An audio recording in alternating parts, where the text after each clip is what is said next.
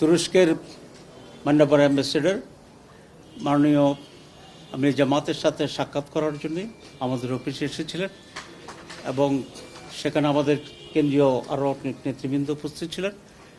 আমরা দুই দেশের ভাতৃপ্রতিম যে সম্পর্ক সে ব্যাপারে কথা বলেছি এবং আপনারা জানেন যে টার্কি মুসলিম দেশের ভিতরে একটা ডেভেলপ কান্ট্রি, ডেভেলপ নেশন।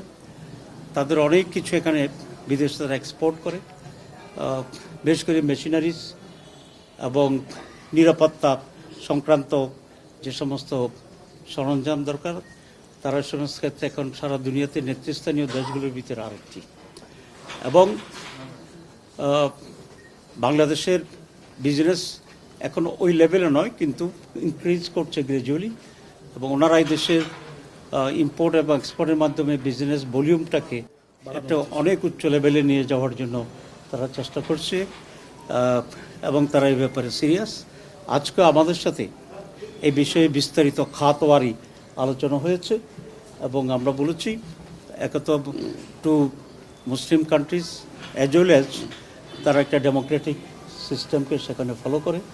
আমাদের ভিতরে দুই দেশের এবং আমাদের দল এবং সেই দেশের জনগণের ভিতরে ক্রমান্বয়ে সম্পর্ক আরও যদি মোর ওয়ার্কেবল হয়, প্যালেটেবল হয়, সেই জন্য দ্বিপক্ষই এই ব্যাপারে কাজ করবে। বাংলাদেশ গভর্নমেন্টও সে লাইনে কাজ করছে। আমরা এটাকে বাংলাদেশের গভর্নমেন্টকে বুঝিয়ে আরও বেশি করে করা যায় কিনা সে ব্যাপারে আমরা উদ্যোগ গ্রহণ করছি। আমাদের দেশের যে এখন পলিটিক্যাল অবস্থান, নির্বাচন ব্যাপারে আমাদের ভিউজ কি, এসব ব্যাপারেও কিছু কথা হয়েছে। যেহেতু ওনারা ডিপ্লোম্যাট, সুতরাং ওনারা তো সেই প্রটোকল মেনটেন করেই আলাপ আলোচনা করে। আমাদের কাছ থেকে নানা বিষয় জানতে চেয়েছে, আমরা আমাদের স্ট্যান্ড থেকে ওনাদেরকে ব্রিফ করেছি, হুইচ ইজ পসিবল এবং যতটুকু করা যায় এবং করা উচিত সেটা আমরা করেছি।